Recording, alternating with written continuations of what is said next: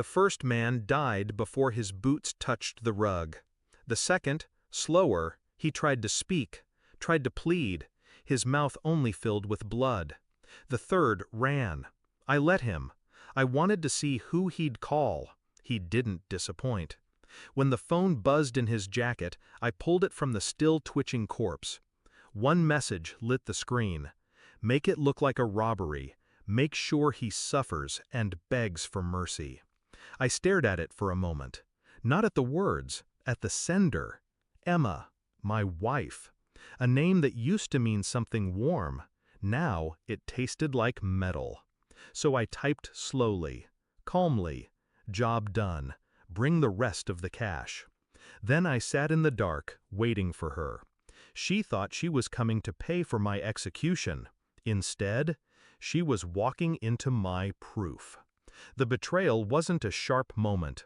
It was a bruise that deepened over weeks, months, small things, shifts in tone. Her laugh when she thought I couldn't hear it. A locked second phone she never explained. My name never spoken when she was on calls, just him. I wanted to believe it was stress, work, burnout, disconnection.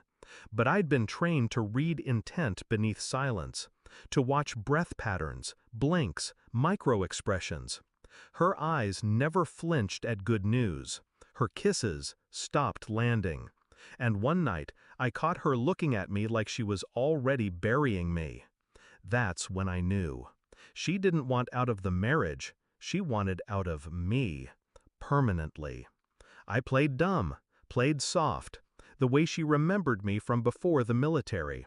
I let her think I still balanced spreadsheets instead of breaking necks. Let her believe the guns were for hobby, that I'd grown too tame to fight. I installed a silent keylogger on her devices, monitored her calls, intercepted her emails. The texts came first.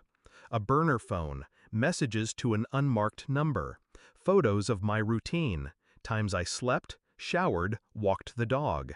She was planning it like a boardroom takedown. Then came the cash transfers, $40,000 wired to a fake plumbing company that didn't even have a website. That's when I knew she'd pulled the trigger. That's when I stopped pretending. The night they came, I'd already prepared the house. No cameras, no alarms, just darkness and silence. I waited behind the bookshelf, knife sheathed in reverse grip, breath steady. 3 masked men, 2 ex-cons, 1 junkie. Sloppy, amateurs. I dispatched them like ghosts. 1 move, 2, 3. Silent, efficient. But it wasn't over. I searched their pockets, found the phone, found the text. Make it look like a robbery. Make sure he suffers. I read it 5 times. Not because I didn't understand, because I wanted to feel nothing. And I did. Just cold, white clarity. I took her words and fed them back to her.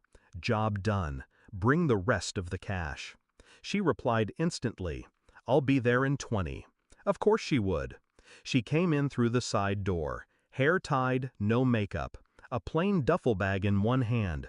Money. She thought she was coming to pay for a corpse. When she stepped into the living room and saw me sitting in the chair, alive, arms crossed, she froze. Her mouth fell open. No. I tossed the burner phone at her feet. You texted a corpse, I said. She didn't speak, didn't blink. I watched the color drain from her face like ink in water.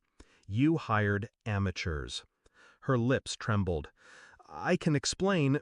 You don't have to. I stood, calm, measured.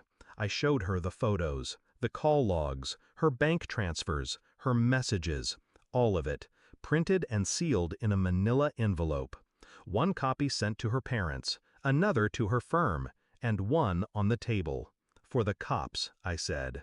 She dropped to her knees. I didn't mean. Stop, I said. She froze. This is what you meant. I left before the sirens came. Didn't look back. Didn't hear her scream after me. I'd already memorized the sound of her lies. I never wanted justice. just the truth. She didn't want to leave me. She wanted me gone so she could keep the house, the image, the life. She gambled that I was weak. She forgot I was trained to survive. She'll remember that now. Every time she sees my face on the police report. Every time someone asks how she could live with herself. And me? I sleep fine. Because sometimes survival isn't living. It's reminding them you were never the prey. I wasn't supposed to be alive, but she'll wish I wasn't.